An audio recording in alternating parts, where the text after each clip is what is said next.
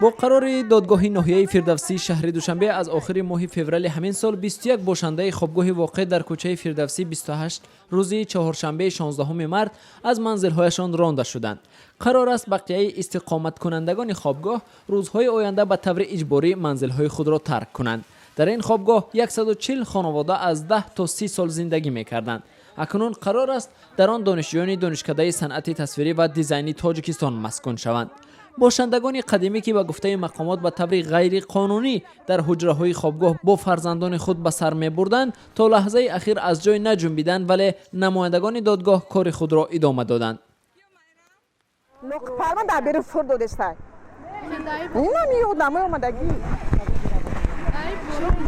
میگم خبی هم بارونگاری باز شوند نیدن می حاضر بگی لق پاتا برا بزنن که ما جا نداریم. میگه در این قضا چیکار کرده شما که خانه نخرده؟ با معاش دولت خانه خریده میشود.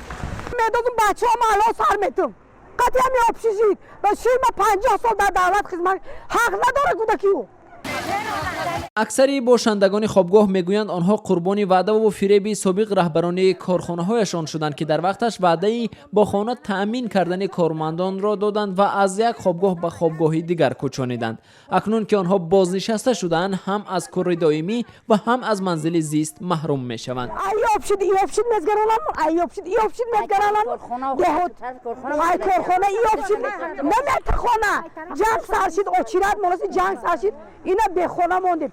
20 سال در دوشنبه ساختمان کار کردیم، به خانه به در. این همی خیلی فریب کرده با این را به حلنامه سود آوردگی گفتن که تنها دهاتین و ایدهاتین ایجا آوردن به حلنامه سود فریب کردن که شما به خانه تامینات میکنیم. در اوچرت خانه بودیم در سکتر ندادن. ایجا آمدن هیچ. اینا امروز با ایجا ما خیزونده هستیم. ما کجا رویم؟ تا استقلالیت تاجیکستان دولت اهالی بخانه را از روی نوبت و امتیاز با منزل تامین میکرد. رویخط بخانه‌های دوشنبه در آن زمان نیز در مقایسه با مناطق دیگر طولانی‌تر بود. باشندگان این بنا با آنکه می‌دانند نوبت خانه‌گیری از بین رفته است ولی میگویند که جایی رفتن ندارند. مقامات میگویند آنها برای خریداری یک خانه 10 سالها فرصت داشتند. حالا معلوم نیست که این آدمان که بسیارشان کودکان نابالغ دارند به کجا پناه میبرند.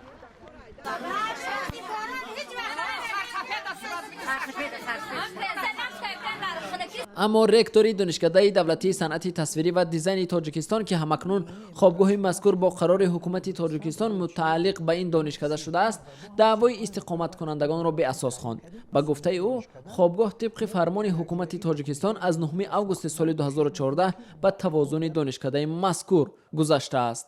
همین سند معیاری ما چند مرتبه به همین نشستگانی که یعنی که در خوابگاه زندگی میکنن آگاه کردیم. از سال 2014 اینجوری آگاه کرده ایستادیم که خوابگاه رو خالی کنن. متاسفانه اونا خوابگاه رو خالی نکردن و ما به سود مراجعت کردیم و در اساس قراری سودی ناحیه فردوسی سود اجراشیان حاضر در اونجا کار کرده ایستادن.